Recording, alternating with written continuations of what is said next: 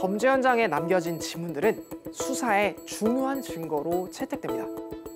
이를 위해 신속하고 정확하게 범죄 현장의 지문을 감식해 지문 데이터베이스와 비교하는 것이 중요한데요. 이 지문에 대해 최초로 주목한 사람은 헨리 폴즈라는 일본에서 일하던 영국인 의료 선교사였습니다. 열악한 환경에서 헌신적으로 환자들을 돌보던 어느 날, 일본을 방문한 에드워드 모스라는 미국의 고고학자의 강의를 듣고 둘은 친구가 되었습니다.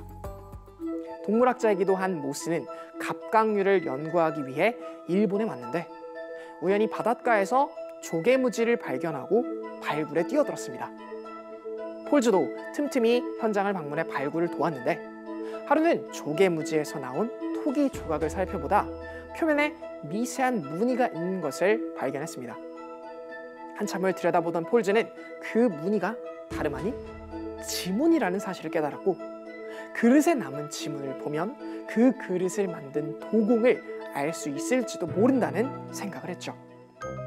지문을 자세히 볼 수 있는 방법을 고민하던 폴즈는 손가락 끝에 잉크를 묻혀 종이에 찍는 방법을 생각해냈고 자신의 환자와 지역 주민, 학생 등의 지문을 채집해 비교 분석했습니다.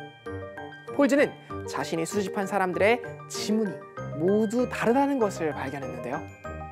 이때 병원에서 사소한 도난 사건이 일어났습니다. 누군가 소독용 알코올을 조금씩 빼내간 것이었습니다. 아마 물을 섞어 술로 만들었을 것이라고 짐작한 폴즈는 실험용 비커를 조사해 지문을 발견했습니다. 자신이 수집한 주변 사람들의 지문 카드에서 동일한 지문을 찾아낸 폴즈는 자신이 가르치는 학생을 추궁했고 학생은 결국 범행을 자백했습니다. 지문이 범인을 잡는데 확실한 증거가 될 수 있다고 생각했고 폴즈는 지문에 대한 철저한 실험을 하게 됩니다. 지문이 사람마다 모두 다른지 그리고 한 사람의 지문이 일생 동안 변하지 않는지를 검증하는 작업에 들어갔는데요.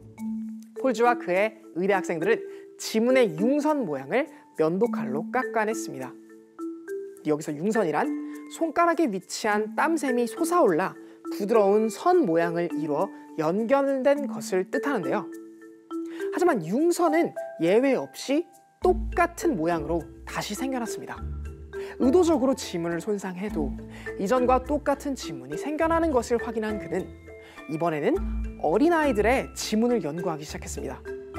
성장하면서 신체가 달라지거나 몰라보게 바뀌는 얼굴처럼 이 지문도 성장하고 바뀔 수도 있지 않을까? 라고 생각했던 것이죠. 하지만 태어날 때 가지고 나온 지문은 어떤 환경에서든 결코 바뀌지 않는다는 것을 알 수 있었습니다.